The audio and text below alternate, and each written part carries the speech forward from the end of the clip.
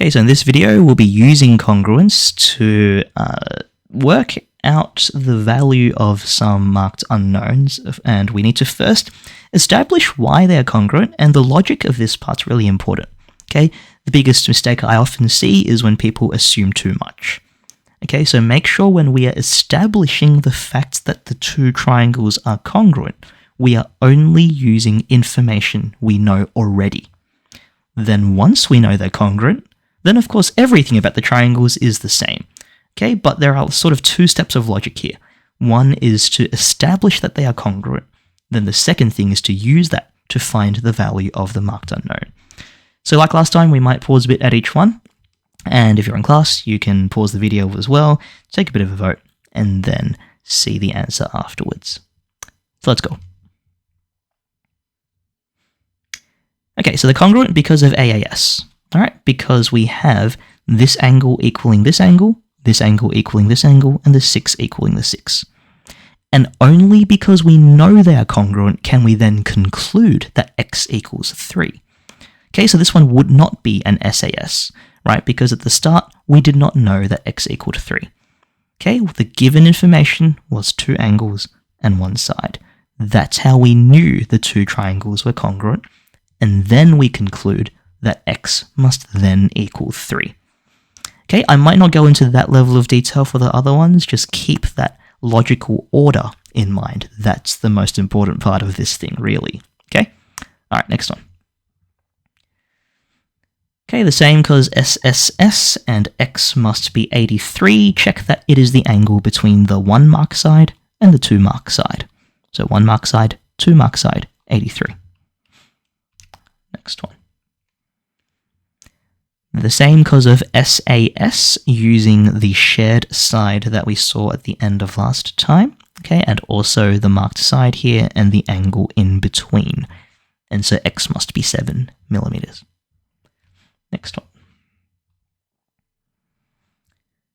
Okay, so they're the same because of SSS, and y would be 25 degrees as well.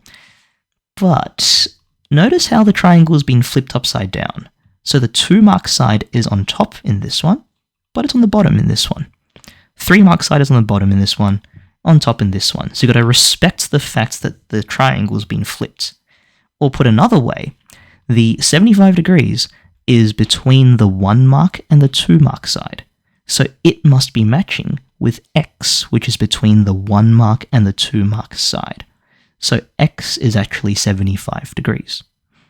And knowing that x is 75 and y is 25, for them to add to 180 means that z must be 80 degrees. Next one. Okay, the same because of SAS, because we have these two sides marked to be equal, these two sides marked to be equal, and the angle in between is equal as well because we mentioned way back that when you cross two lines, the opposite angles are equal. And so x must be 6 millimeters. Okay, it's the side that's not the 1 mark or the 2 mark one. All right, last one. Okay, so these two are the same because of SSS. So again, another thing is that you can't assume it's a right angle just because it looks like a right angle. Okay, so you can't assume that these are both 90 degrees to begin with. What is marked, what we are given, what we've measured, is that this side equals this side equals this side, and the side in the middle is shared. It's common to both. And so they're congruent because of SSS. Then we would say that M and N add to 180.